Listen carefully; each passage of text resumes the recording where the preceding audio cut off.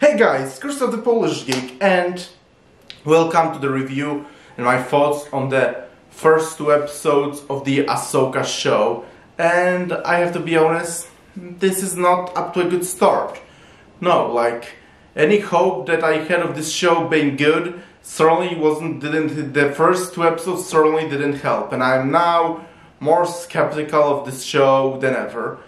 And honestly, I personally think now it will be a really big miracle for the show to actually turn out good, because let's see what the first two episodes bring. First and foremost, you definitely have to watch Rebels to understand the whole thing. And while I personally very much love Rebels, yeah, this show seems pretty divisive. There are some people who think the show is too kiddie and lighthearted, but then there are others who actually seem to love the show and say that it gets darker and more mature with later seasons, and I fall very much into the latter camp, but I still definitely don't think the show is as good as the Clone Wars. And Ahsoka show, most certainly you have to watch Rebels to understand what's going on. If you haven't seen Rebels, you're going to be confused. And even leaving that out, I don't think it quite honors Rebels characters all that well. Ahsoka reunites with Sabine and Hera Syndulla, but then their relationship just doesn't feel like the type of relationship they had with Rebels. Ahsoka, for example, barely even interacted with Sabine in Rebels. So I don't see why suddenly they treated like they had some close friendship. And Hera Syndulla, she was one of my favorite characters in Rebels. The best characters I think were the returning characters like Rex, Ahsoka, Darth Maul. But of the new characters, Hera Syndulla and Kanan were by far my two favorites. But here, I can't say I'm really a huge fan of Hera. She's completely miscast. So yeah, Hera Syndulla is completely miscast. And also at the end of Rebels, it's revealed she and Kanan had a son. But here, he's not even mentioned, and neither is Kanan. I'm not very hopeful they are going to somehow rectify this mistake. But yeah, Hera Syndulla, other than the appearance, she completely doesn't feel like the Hera Syndulla we knew from Rebels. And yeah, the fact that Kanan isn't even mentioned or the son isn't shown makes me wonder, what does Dave Filoni even have in mind? Why did he even create a son then? And also, another huge problem I have is Ahsoka decides to train Sabine as a Jedi, which is just stupid. It's explicitly say that Sabine is not force sensitive. If you cannot be a Jedi if you are force sensitive. So this show, I'm afraid, looks like it's certainly going to continue down the road of breaking Star Wars lore that was previously established. Just like the Star Wars sequels before it and Obi-Wan Kenobi show. This seems like it's going to continue this trend, unfortunately. And then there is a duel that Sabine has with some other Dark Jedi, and then she gets stabbed with a lightsaber and she survives miraculously. What the hell? This is dumb.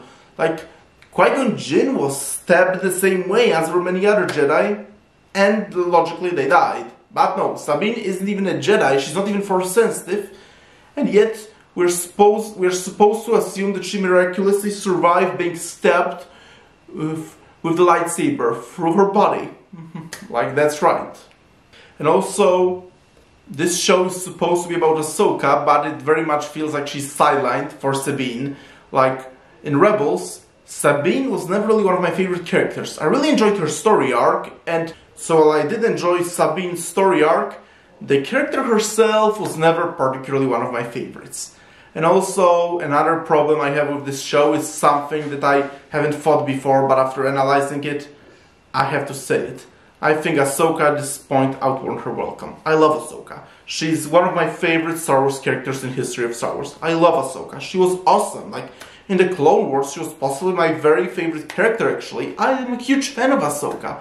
But, in all honesty, I don't think she was ever supposed to survive events of the original trilogy. George Lucas actually wanted to kill her off at Order 66, and why I don't necessarily think that's where she needed to die. I actually thought she was great in Rebels. By this point, she became way more important than she had any right to be. She's a character that's and a friend that's everywhere and nowhere at the same time, and that everyone knows and no one knows at the same time.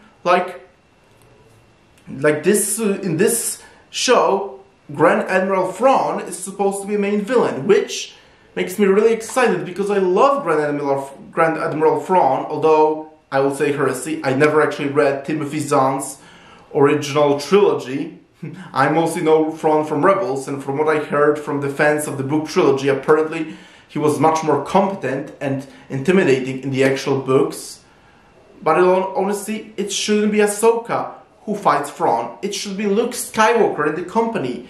These are the original trilogy characters. They are the original characters that started all of Star Wars. And yes, understand, the actors, like Carrie Fisher is dead, while Mark Hamill and Harrison Ford are very old at this point. But in all honesty, maybe they could recast them. Yeah, it certainly would not go well with the fan base, but I guess it would still be a better choice to either recast them or maybe go for the CGI, even though the CGI doesn't generally look very good. I mean, Ahsoka is an amazing character, and maybe if she was like a supporting character, while it's still Luke Skywalker and the other original trilogy trio, like Luke Skywalker, Leia, and Han Solo, if they were the main protagonists finding Grand Admiral Thrawn, while Ahsoka was just like a supporting character, that could work. But there is no reason for like Ahsoka to really be the main protagonist who fights Grand Admiral Thrawn. Like, Ahsoka is one of my favorite characters at all, but ultimately, after the original trilogy, it's time of Luke, Leia, and Han Solo. They are the ones that were supposed to fight Grand Admiral Thrawn, not Ahsoka. So ultimately, I sadly have to say, Ahsoka isn't setting up to be that good, honestly. And I'm almost willing to give up on live-action Star Wars. Because live-action Star Wars isn't going anywhere. Like, it's strange because they do an amazing job when it comes to their animated stuff. Like, this year I really enjoyed The Bad Batch and Star Wars Visions. Like, yeah, both Star Wars Visions and Bad Batch Season 2 this year were great, but Season 3 of The Mandalorian was pretty underwhelming, and now the first 2 episodes of Ahsoka are like, I can't really say I like them, so yes, I'm probably going to do what many people do. Give up on live-action Star Wars, because sadly, this isn't doing well. I will certainly continue watching and keep you updated on the episodes of the Ahsoka show, but for now, this is not a good start. So, thank you guys for checking out this video. Press the like button, please subscribe to this channel, and I will talk to you soon in another video. Talk to you later, bye!